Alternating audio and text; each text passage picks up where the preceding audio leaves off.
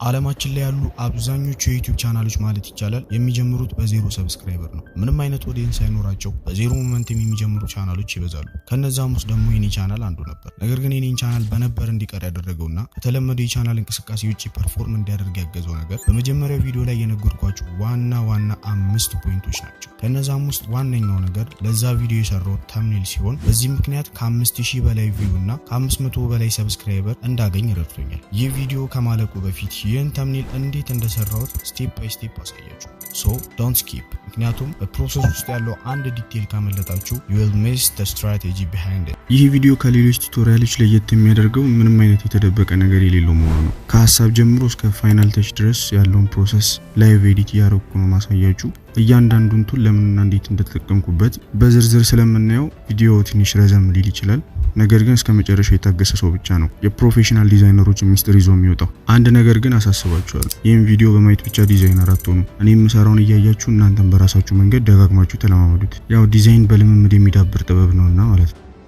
ፈርስት ለተምኔሎቻችን የሚያስፈልጉንን ማቴሪያሎች እናወርዳለን። ለዚህም የምጠቀመው ፒንትረስትን ሲሆን ለአብዛኛው የተምኔል ፕሮጀክቶቼ አሴቶችን የማወርደው ከዚሁ ከፒንትረስት ነው። ፒንትረስትን ለመመረጥ ከሌሎቹ የተሻለ አኪዩሬት የሆኑ ነገሮችን ማግኘት ስለሚያስችለኝም ጭምር ነው። ሌላው ደግሞ ተምኔል ዲዛይን ለማድረግ ፈልጋችሁ አይዲያ አልመጣ ካላችሁ እዚሁ ሳይት ላይ ሌሎች ሰዎች የሰሯቸውን ፕሮጀክቶች አይዲያ እንድታገኙ ያስችላችኋል።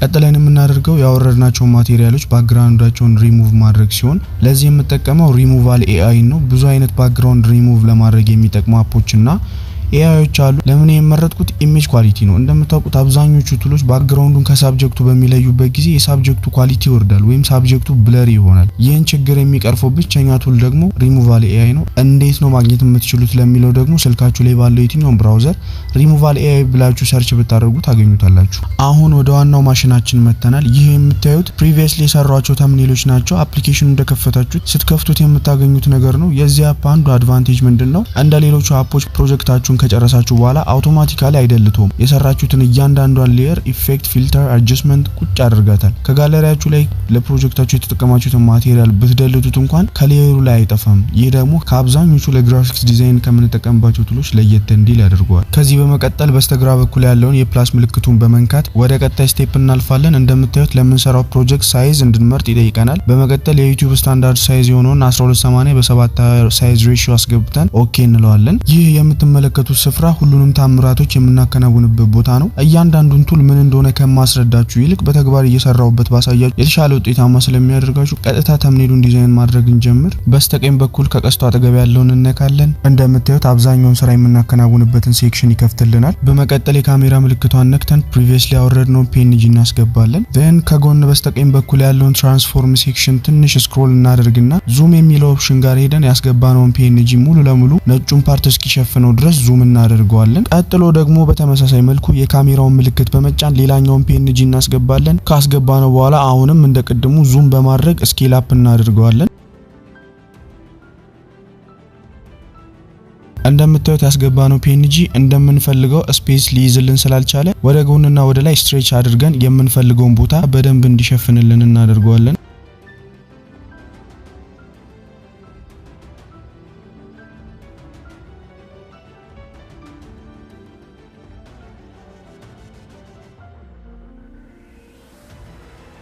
አሁን እንደምታዩት እንዲሸፍንልን የፈለግነውን ቦታ በአግባቡ ከቨር አድርጎልናል። በመቀጠል ኢፌክት ላይ እንገባለን። አጀስት ከለር የሚለውን ከመረጥን በኋላ ብራይትነስ ኤንድ ኮንትራስት የሚለውን እንነካዋለን። ከዛ ላይ እናንተ በተመቻችሁ መንገድ ብራይትነሱን እና ኮንትራስቱን አጀስት አድርጉታላችሁ።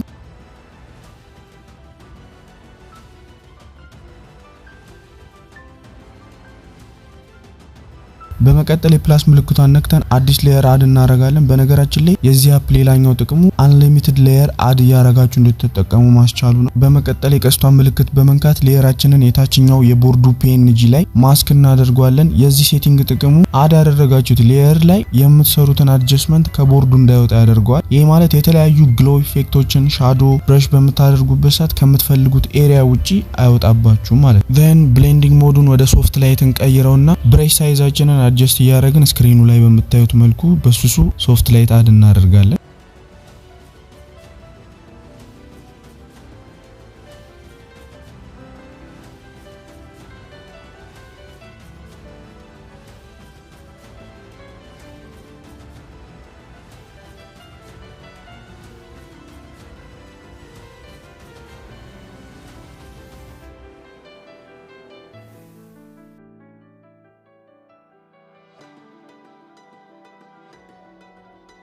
በመቀጠል ሌላ ሌየር አድ እናደርጋለን። ብሌንዲንግ ሞዱን ኖርማል እንደሆነ እንተዋለን።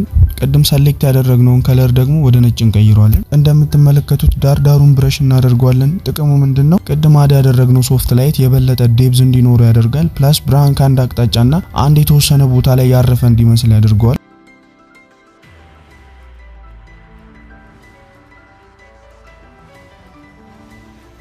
ቀጥሎ ዋና ሳብጀክታችንን እናስገባለን። ለዲዛይናችን በሚመች ቦታ ላይ እናስቀምጠዋለን።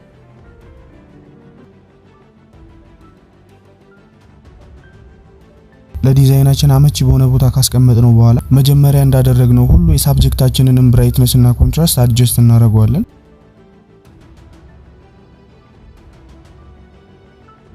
አድጀስት አድርገን ከጨረስን በኋላ አዲስ ሌየር አድ እናደርጋለን። ቀጥሎ ክሊፒንግ ማስክ ብሌንዲንግ ሞዳችንን አድ ወደሚለው እንቀይረዋለን። ከለራችንን ወደ ነጭ ከቀየርን በኋላ ብረሻችንን እና የመረጥነውን ከለር ኦፓሲቲ አድጀስት እያደረግን ብረሽ እናደርጋለን።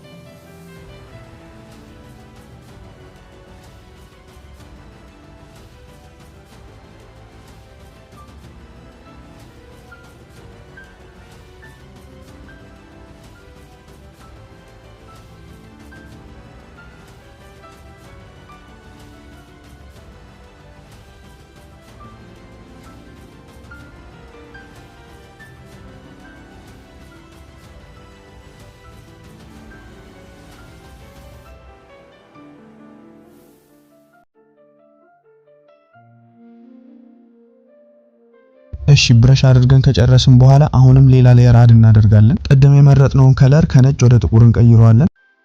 ሳብጀክታችን የበለጠ ዴፕዝ እንዲኖረው ብረሽ ሳይዛችንን እና የመረጥነውን ከለር ኦፓሲቲ አድጀስት እያደረግን ብረሽ እናደርገዋለን።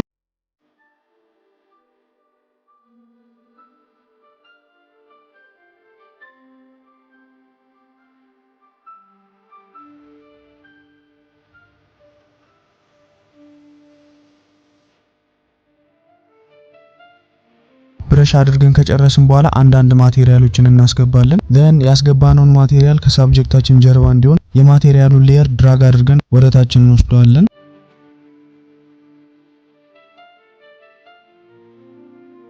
ቀጥሎ ሳይዙን በደንብ እንዲታይ አድርገን ስኬል ዳውን እናደርገዋለን።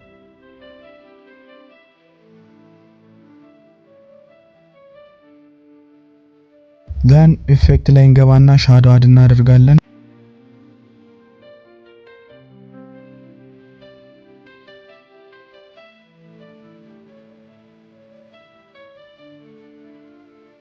የተቀሩትን ማቴሪያሎች በተመሳሳይ መልኩ አድጀስት አድርገን እናስቀምጣቸዋለን።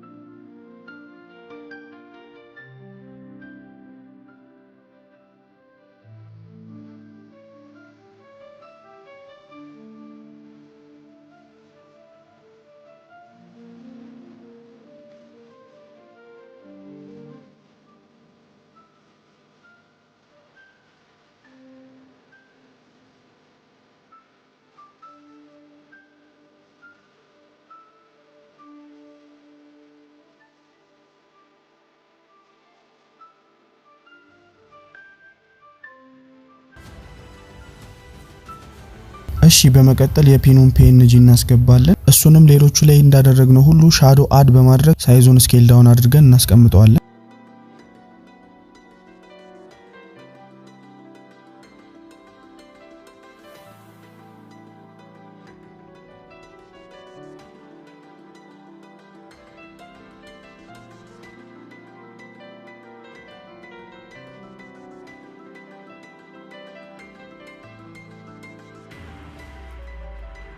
ደጋግመን መስራት ስለማይጠበቅብን ጀስት ምን እናደርጋለን የመጀመሪያውን ፒን ዱፕሊኬት እያደረግን ባክግራውንድ ላይ ያሉት ተምኔሎች ላይ በስትክክል እናስቀምጠዋለን።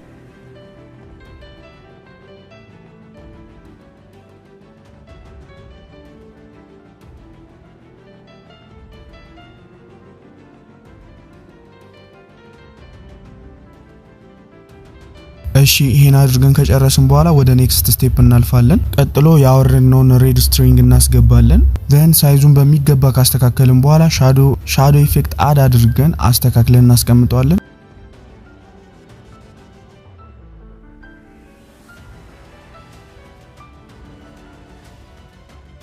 ቀጥሎ ኢፌክት ላይ ገብተን ብራይትነሱንና ኮንትራስቱን እናመጣጥነዋለን። ለዚህም ድጋሚ መድከም ሳይጠበቅብን ዱፕሊኬት እያደረግን በሚያስፈልጉን ቦታዎች ላይ እናስቀምጣቸዋለን።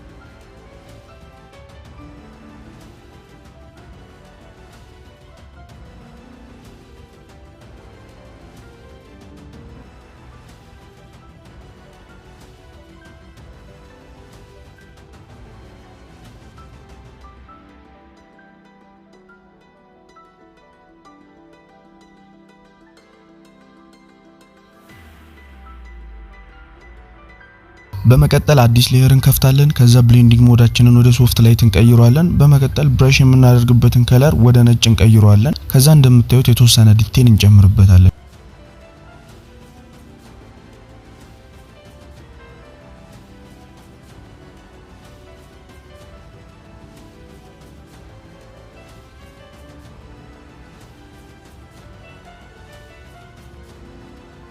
አሁንም አዲስ ሌየር ክሬት እናደርጋለን። በዚህ ሰዓት ግን ብሌንዲንግ ሞዱን ኖርማል አድርገን እንተዋዋለን። ቀጥሎ መጀመሪያ ከነበረው ነጭ ከለር ወደ ጥቁር እንቀይረውና ተምኔላችን ላይ ሻዶ ክሬት እናደርጋለን።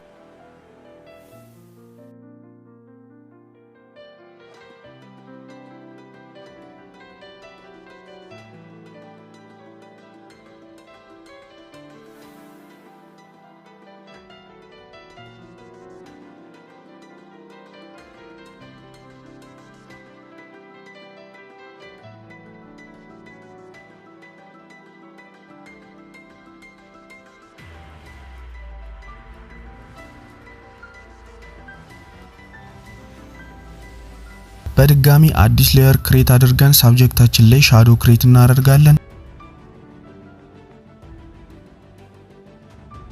ቀጥሎ ቴክስታችንን እናስገባለን። ደን ሳይዙን እያሳነስነው ስልኩ ላይ እናስቀምጠዋለን።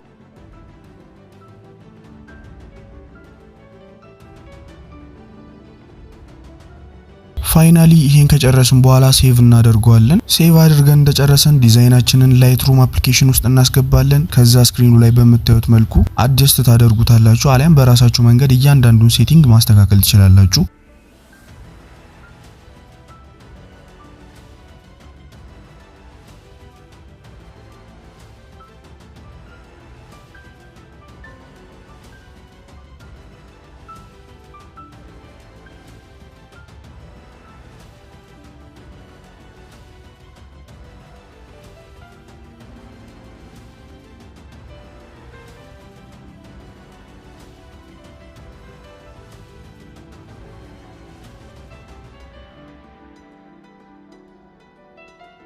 በስተመጨረሻም ሁሉንም ስቴፖች ካለፈ በኋላ የዲዛይናችን ፋይናል አውትፑት ይሄን ይመስላል። በዚህ ብቻ አላበቃም። አብዛኞቻችሁ የምትቸገሩበትን የፌስ ሪታችንግ ቴክኒክ እና ሌሎችም ፕሪሚየም ኮንተንቶችን ይዘን ስለምንመጣ ሰብስክራይብ ማድረጋችሁን አትርሱ። በቀጣይ ቪዲዮ እስከምንገናኝ ቸር ሰንብቱ።